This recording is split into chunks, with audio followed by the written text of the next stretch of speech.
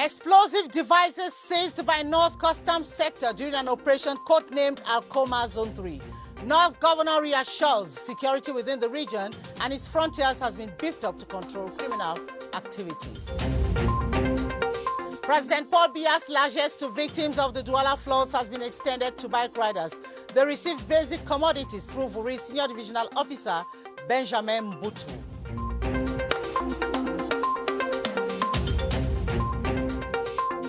Two unsuccessful candidates at the BPC choose death over life. In tonight's newscast, we investigate how examination failure can be managed. And those are top stories.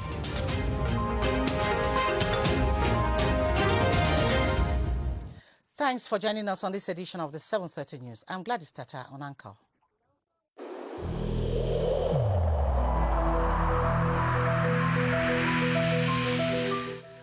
Il est essentiel que les mesures qui ont été indiquées soient absolument respectées par chacun de nous. Lavez-vous régulièrement les mains à l'eau et au savon ou à l'aide d'un gel hydroalcoolique. Restez à au moins 1 mètre de distance des autres personnes, surtout si elles toussent, éternuent ou ont de la fièvre. Si vous avez de la fièvre, de la toux ou des difficultés à respirer, consultez un médecin.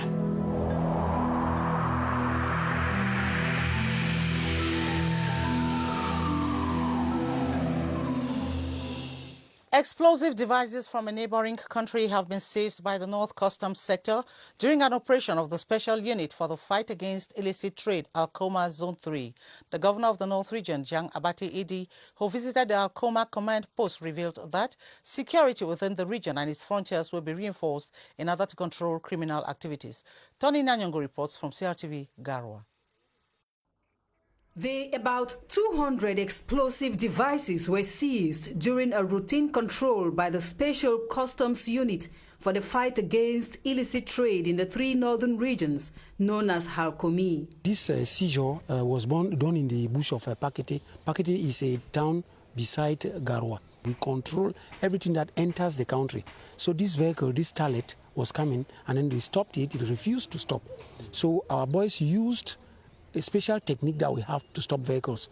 So we had to put the vehicle down, and then while controlling, the 2 occupants of the vehicle had to run away. So it's when we discovered this important stock of explosives. Such operations, which the customs officials say will be multiplied, also fall in line with their determination to check illicit trade and contribute to the growth of the country's economy.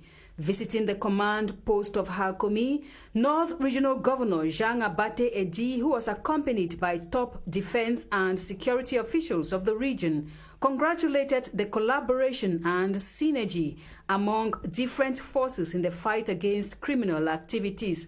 The governor also gave assurances that measures are on the way to reinforce surveillance in the region. Meanwhile, economic operators have been advised to stay within the law in their business transactions. And we go over to the far north region where the Special Customs Unit for the Fight Against Illicit Trade, Halcomi, for the 3 northern regions of the country has seized a stock of contraband goods in a truck from neighboring Nigeria. And the coordinator of the operation, Major Jude Mofo, says the goods bypass the customs control. And he has called on business persons to respect legislation in their transaction. We have Henry Tato Ekambi from CRTV, Marwa. Since the institution of the operation to halt illicit trade known by its French acronym as Halcomi by the Director General of Customs, it has been hard times for smugglers and dealers in illicit goods in the 3 northern regions. Around Demsa, Gashiga in Garwa, it is so open. And then in Marwa, we have around Mayochanaga, around Buruha, around Bukula. We had information that smugglers were coming from Nigeria. We had to go and block the road. This latest booty of the Halcomi team clearly translates their determination in the operation. Most of the vehicles that we have here, those are vehicles that enter the country without passing through the customs offices. Some of them they are already immatriculated. They have categories. They have the number plates of doubtful origin or fraudulent customs documents. Apart from stocks of illegal pharmaceutical products, the seizure also includes stocks of sugar, textile, and raw materials for the fabrication of improvised explosive devices. The operations commander, Jude Mofo, has been appealing for collaboration from all and sundry in order to scale down customs fraud along the Douala-N'Djamena corridor. We shall take you over to Marwa, where John Ayok Ashu says the President of the Republic has been assisting victims of another flood over there in Marwa. Let's have his report. The Flood Prevention Emergency Project, known by its French acronym as PLC, is President Paul Biya's response to the devastating floods which hit Mayo-Danai Division in 2012. With a budget of 54 billion francs, PLC has constructed a 70-kilometer dike on the retaining walls of Lake Maga and reinforced a protective shield around River Logon. Besides, a 7,500-hectare perimeter has been rehabilitated for rice production, while 3,315 houses have been built for the internally displaced. She actually has put in place an early warning system that is well distributed in the Logon River Basin. Also, a risk management scheme, not only to prepare the local administrators to handle the catastrophe when it is there, but to prepare the people to respond adequately. The Flood Prevention Emergency Project has not only helped to repair damage caused by natural disaster, but has also set the base for prevention. And within the past few weeks, floods have hit several towns and localities of Cameroon. The floods have recorded human deaths and enormous material damage. But how can disaster like floods be managed? Ebenezer Akanga attempts an answer. Mulvudai in Mayokani division of the Far North region is the latest town in Cameroon to be hit by floods. These past few weeks, floods have hit several towns and localities of the country, notably Edea and Douala in the Littoral region, Sangchu in the West region, Fontem in the Southwest region, Kai and Maga subdivisions still in the Far North. The management of disasters like floods is incumbent on the Department of Civil Protection in the Ministry of Territorial Administration. I and the General of the Firefighters Corps elaborate a report with the measure to take by decision makers to reduce the effect of those disasters and others on the population.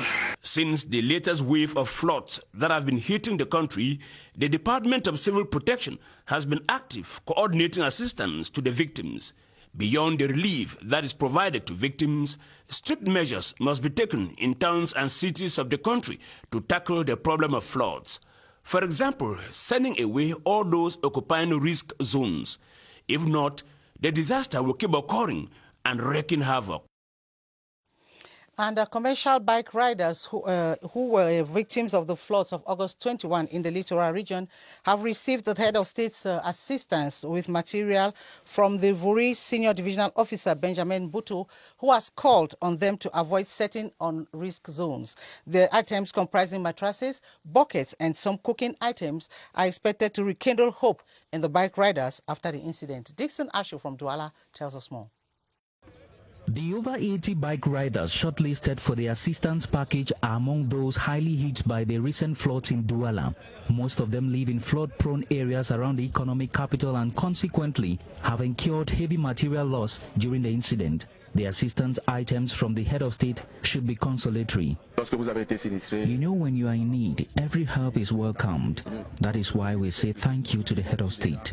The items are destined to meet immediate needs after the disaster, says the Senior Divisional Officer of the Vuri, Benjamin Butu, and are not to be sold. This is the solidarity, and the head of state, His Excellency Paul Biya, think that after the damage we can see in the night of the 20 and 21 August, it is possible that we can go to help the population who don't have more.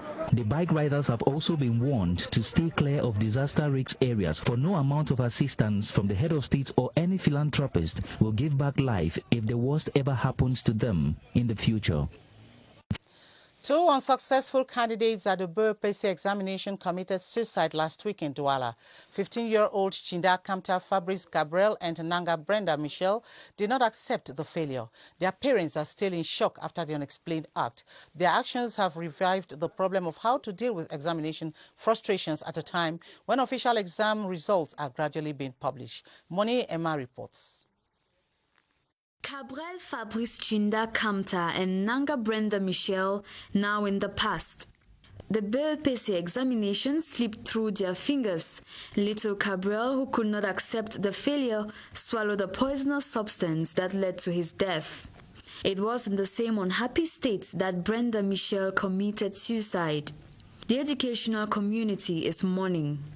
This tragedy has revived a serious problem, which is to know how failure can be managed. When we put a child in school, there is a lot of hope.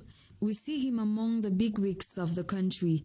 We believe that he will not go unnoticed and that his generation will talk about him. Poison or antidote? One of these is present when the string of results unfold.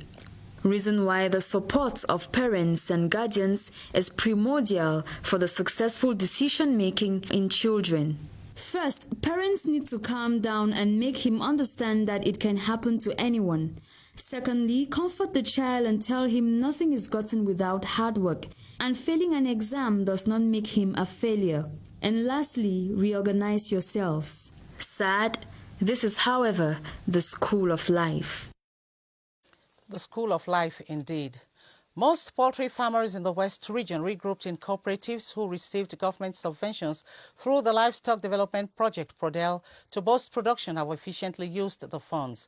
Kevin Nembo visited one of such cooperatives dubbed Abogo Ele in Penka Michel Menua Division and now reports.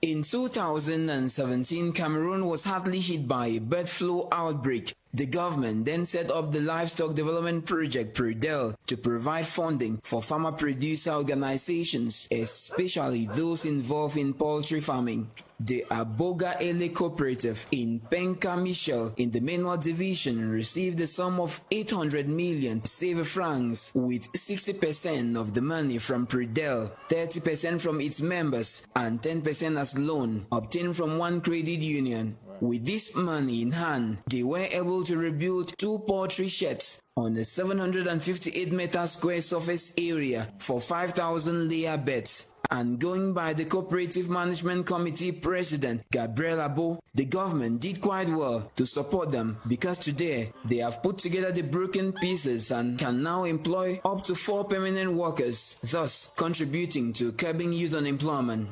The project now stands at over 95%, and members of the cooperative that is presently feeling the COVID-19 hit because they can no longer produce for exports, as it was the case in the past, remain optimistic that the future will certainly be brighter. The people of Edingding, a locality in Obala Center region, have celebrated the first fish harvest. The harvest, which is from a 10-year-old pond, has attracted buyers from neighboring villages. It is a project initiated by a Cameroonian based in Canada, Christophe de Gaulle, who says his objective is to create jobs for youths in his community. Celestine Karin Eyike has the details. Measuring a surface area of about 1,080 meter squares, the fish pond is part of an ambition project by Christophe de Gaulle to limit the importation of fish in the country and provide jobs to the youth of Edingding. It's been about 10 years since we started this activity. Due to some difficulties, we had to stop. It is a project conceived by Christophe de Gaulle to provide employment for the youth of the community. The first harvest, which produced a large quantity of tilapia and selou, was a time of celebration as it attracted hundreds of business persons and housewives from all the towns who came to buy. This is my village. I got the news that there was going to be a fishing activity today. Cameroon currently imports about 90% of the fish consumed in the country. Christophe de Gaulle sees in fish farming in Cameroon a way to reduce the high dependence of imports. How many of you know that watermelon can be transformed into white wine? 30-year-old Bibi Martial, an agro-engineer who lives in Santa Barbara, a neighborhood in Yaoundé, is into this business. Though his brewery is still in an embryo stage, Bibi Martial says his objective is to commercialize the wine in Cameroon and beyond. Gerard Nanji Eyambe is our man on that beat. A sip of the Bibi white wine means consuming a Cameroon-made brand. The wine obtained from watermelon is the brainchild of 30-year-old Bibi allengagedcitizens, an agro-engineer who graduated from Polytechnique Maroua. Clients, they like product, they need it, waiting for meeting. When we go to the market, we see many of watermelon, people like just eat it for fruit. I decided to help transform watermelon to wine. The product, which is at its prototype phase, is produced with rudimentary equipment. This is the refractometer. When I use it, is to have the real quantity of sugar, will give me the quantity of alcohol which I need. Bibi allengagedcitizens is a beneficiary of a presidential fund. With the money, he hopes to transform his environment by popularizing his brand. The Minister of PME helped me to support to develop the project. We can develop this company. Like many of his peers, they want to add value to the made in Cameroon products. Members of the Association of Cameroon Business Women, GFAC, have been urged to redouble efforts to contribute to the socio-economic growth of the country.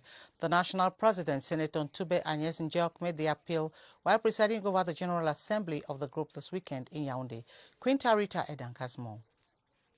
The meeting, which took place in the recently constructed headquarters of the Association of Cameroon Business Women, GFAC, was a forum to strategize and build sustainable businesses. Reports from the regions indicate a painful drop in activities due to the health pandemic and the crisis in some parts of the country, pushing some members to change their business sectors. The national president advised women to pay their taxes regularly so as to keep the economy alive, and hailed efforts to generate income. She equally unveiled the new roadmap of the association. To train young girls who will be the business women of tomorrow. We want to take our experience to transfer it to the young generation. The meeting featured the putting in place of a new national bureau with Lynn Enanga, mayor of Nituku in Bamenubu division, grabbing the post of Secretary General. A motion of support to thank President Paul Biya for his support to business women drew the curtains. Roman Catholic priests in the Bamenda Archdiocese have been challenged to preach the gospel of peace and reconciliation to the protagonists in the ongoing conflict for the return to normalcy in the restive northwest region. The Archbishop of Bamenda made the appeal during celebrations marking 35 years of priesthood of Reverend Father Humphrey Tata Mboi. Kilo Valerine Sala reports from Bamenda.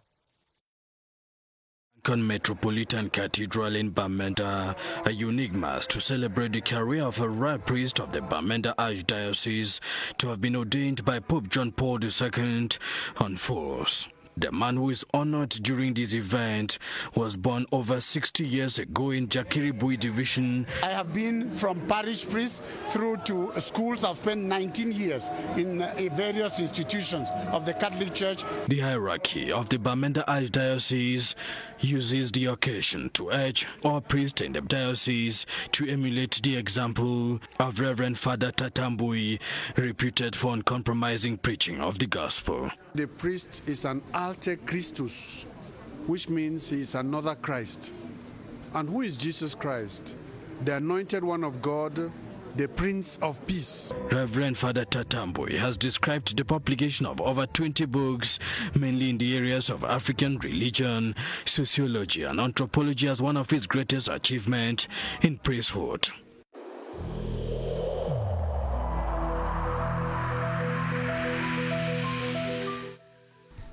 The wearing of face masks in public places will be mandatory until further notice.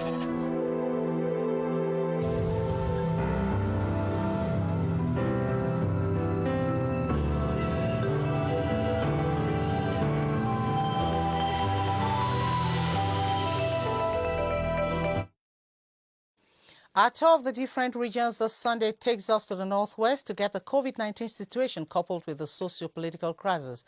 Baldwin Sama is live at the Public Health Emergency Operations Center with his guest, Dr. Kingsley So Chair, Northwest Regional Delegate of Public Health. Hi, Baldwin. Good evening. Welcome to the Public Health Emergency Operations Center. After the Southwest region yesterday, this Sunday we take you over to the Northwest region of Cameroon, where our guest tonight is the Regional Delegate of Public Health for the Northwest region, Dr. Kingsley So Chair. Mr. Regional Delegate, good evening. Good evening, Baldwin. Tell us, Mr. Regional Delegate, what measures have you put in place at the level of the Northwest region to be able to limit this spread of the deadly virus in the Northwest region of Cameroon? A number of measures that we put in place, and these are all contained in our regional plan of action. But I'll just cite a few of them. The first one being the institution of a task force in each of the 34 subdivisions in the region. This is actually a task force that is led by the divisional officers in each of these subdivisions, and their main role is to ensure that the population respect the barrier measures that have been prescribed by the government in collaboration with the World Health Organization.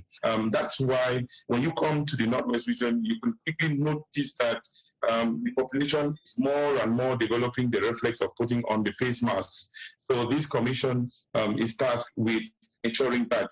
And secondly, we have been running a mass testing campaign for COVID-19 for the past 2 weeks now, and this is an activity that enabled us to be able to test so many people and to be able to identify those who are positive and place them on treatment. So far, we've been able to test during this campaign a total of more than 10,000 persons, amongst whom we've had like 50 of them being positive, and we've effectively placed the 50 on treatment. Finally, Mr. Regional Delegate, the Northwest region is facing two crises. We have the social unrest in the Northwest and the coronavirus. How do you do to manage these two crises?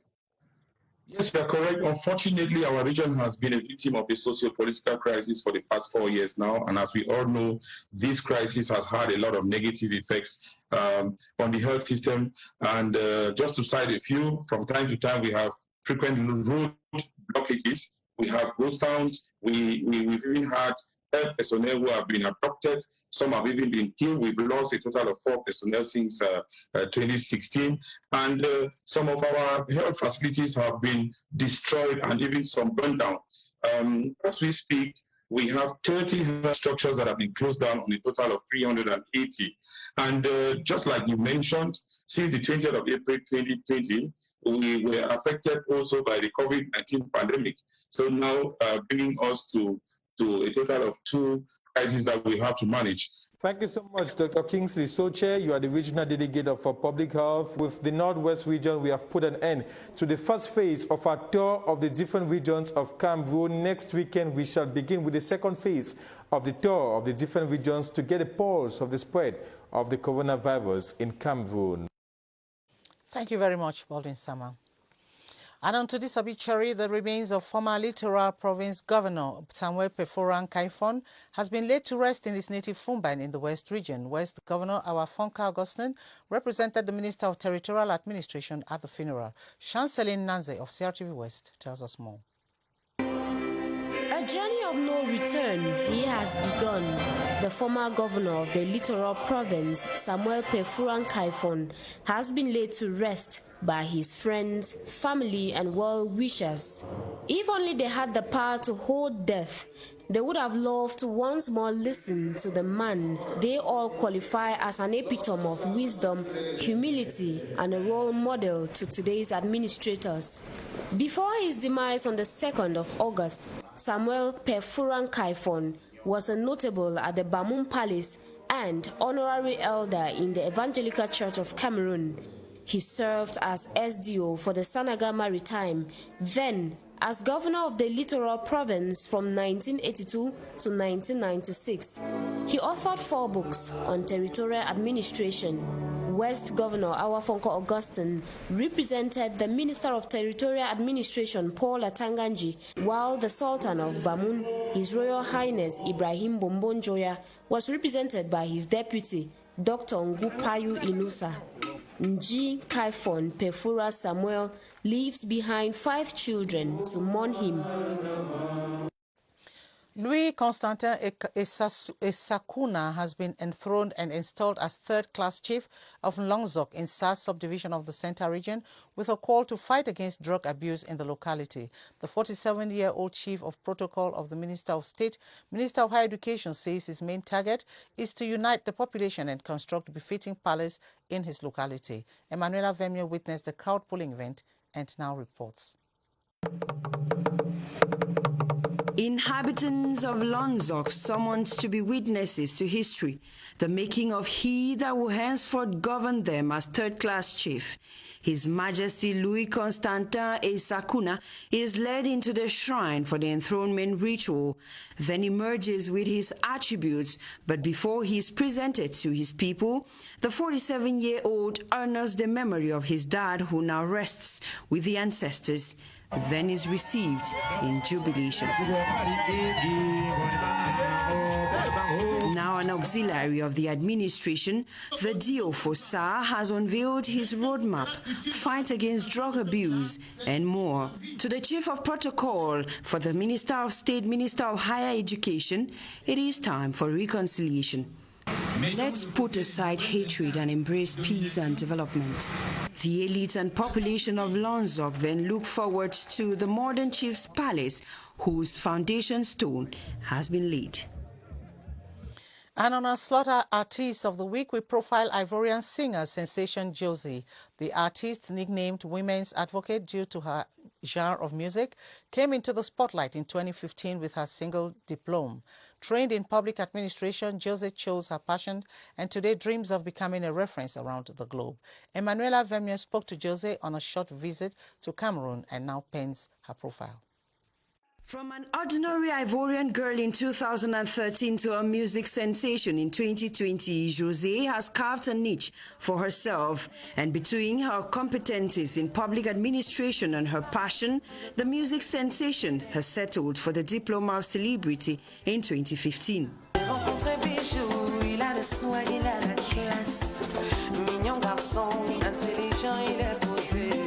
Her music genre has earned her a title from her fellow countrymen. Ivorians have nicknamed me Women's Advocate.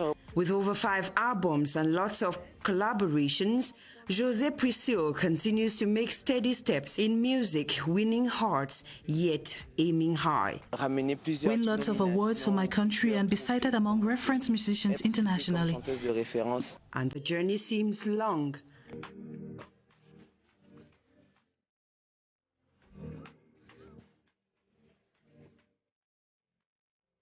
Her latest single, Espoir, gives hope to her fans on everything except my heart. And José is here to stay. Let's talk sports now. Club presidents of female football teams of both Elite 1 and 2 in Cameroon have renewed their confidence in the current Executive Bureau of the National Association of Female Football Promoters in Cameroon. This was during an honorary session of the association, which was occasioned to call on Fcfa to disburse subventions to enable the female federation kick off their next football championship. Baldwin Sama has the details.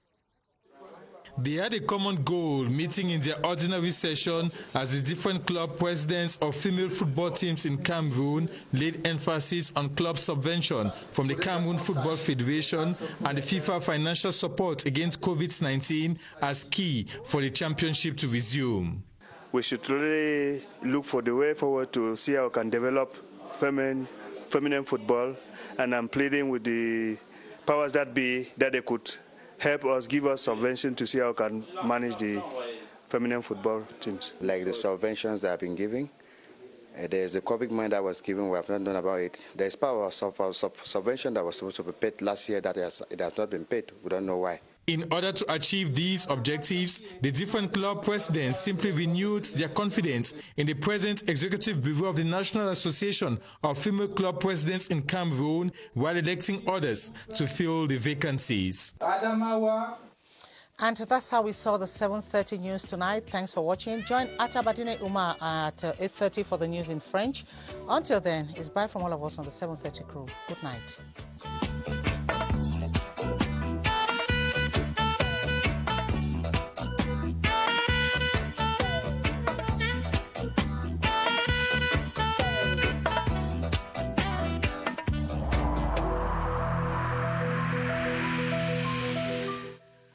Let us channel all our energies towards fighting this common enemy.